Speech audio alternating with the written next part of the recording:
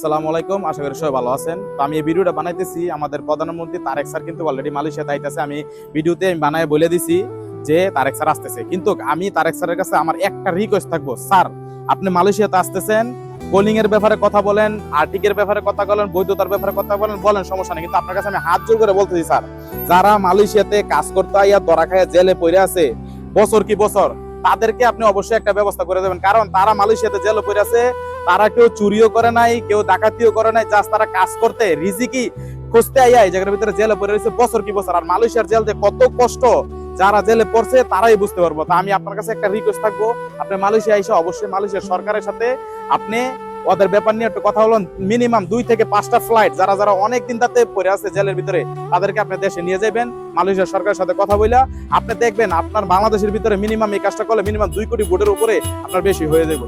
তো সবাই ভালো থাকবেন, আসসালামু আলাইকুম।